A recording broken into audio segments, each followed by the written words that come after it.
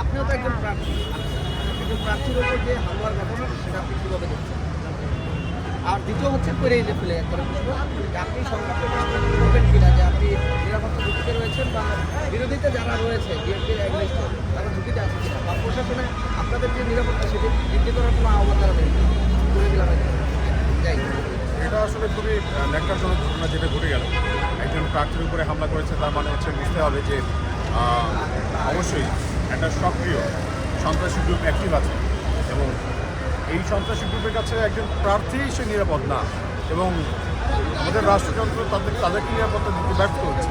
আমরা বুঝে নিতে হবে যে এই ঢাকা 18 হিসাবে ঢাকা 18 আসলে প্রত্যেকটা এলাকার প্রত্যেকটা নাগরিক এই থ্রেডের মধ্যে আছে।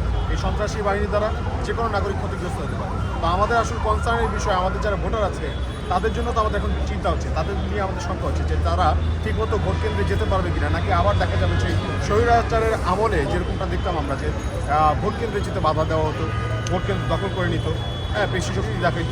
তো আমরা তাদেরকে এইটুকু বলতে চাই যে এটা ন্যাক্কারজনক ঘটনা, যারা ঘটায় ফেলছে এমন ঘটনা তাদেরকে আইনের আওতায় নিয়ে আসতে হবে এবং বিচার নিশ্চিত করতে হবে।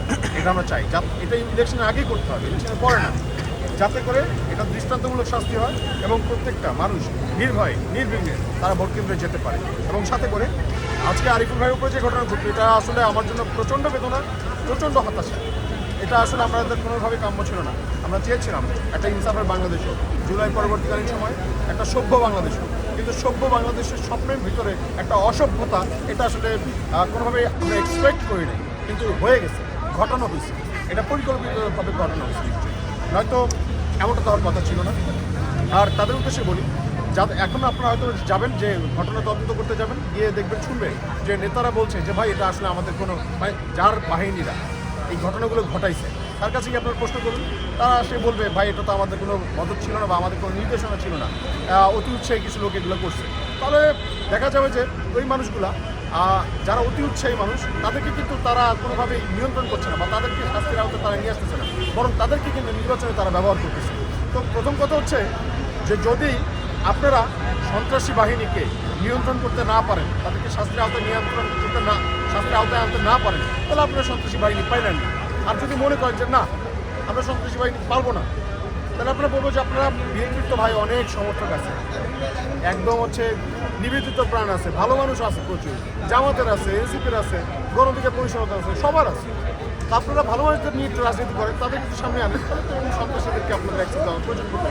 কিন্তু আপনাদের যদি ইন্টেনশনই থাকে যে আপনারা সন্ত্রাসীদের দিয়ে রাজনীতি করবেন, তাহলে আমাদেরকে বুঝে নিতে হবে যে আপনারা আসলে আবার শেখ হাসিনার সেই স্বৈরাচারকে মানে স্বৈরাচারের আমলকে আপনারা ফিরে আনতে চান। আপনারা মনে প্রাণে এখন পর্যন্ত শেখ হাসিনাকে ধারণ করে রাখছেন, মাফিয়া তন্ত্রকে আপনারা আবার কায়েম করতে চান। তো আমরা বলতে চাই যে আসলে আমরা কোনোভাবেই এই মাফিয়া তন্ত্রকে আর ফিরে দিব না, ব্যাক করতে দিব না। আর সাথে করে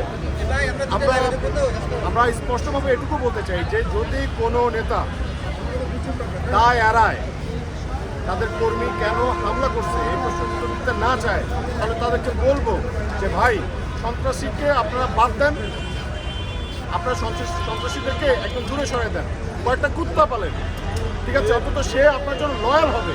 আপনি যা বলবেন সেটাই বলবেন, আপনি বলবেন যা ডানে যা, কুত্তা ডানেই যাবে, আপনি বলবেন বামে যা, বামেই যাবে। কিন্তু আপনি কেমন নেতা হয়েছেন যে আপনার নেতা কর্মীরা আপনার কন্ট্রোলে নাই, আপনি যা বলেন আপনার কমেন্ট মানে না, তার মানে আপনার ক্ষমতাই নাই। তো এগুলো হচ্ছে প্রশ্নের বিষয়। এই প্রশ্নের উত্তর দিয়ে তারপর আমরা বলবো যে আপনারা ভবিষ্যৎ পার্লামেন্টে যাওয়ার স্বপ্নগুলো তারপর দেখেন যে আপনারা আপনাদের নেতা কর্মীদের কন্ট্রোল করতে পারবেন, আপনাদের আয়নাগুলো মানে পার্শ্ববিক আচরণ আমাদের জনগণের সাথে করবে না। আমরা এমন একটা বাংলাদেশ চাই, আমরা এমন একটা ইনসাফের বাংলাদেশ চাই। আমরা চাই প্রত্যেকটা নাগরিকের জানমালের নিরাপত্তা নিশ্চিত করা হোক। এই ঢাকা 18 আসনে কোনোভাবেই আমরা এই মাফিয়া তন্ত্রকে, সন্ত্রাসীকে আর কায়েম করতে দিব না মানে দিব না, ইনশাআল্লাহ।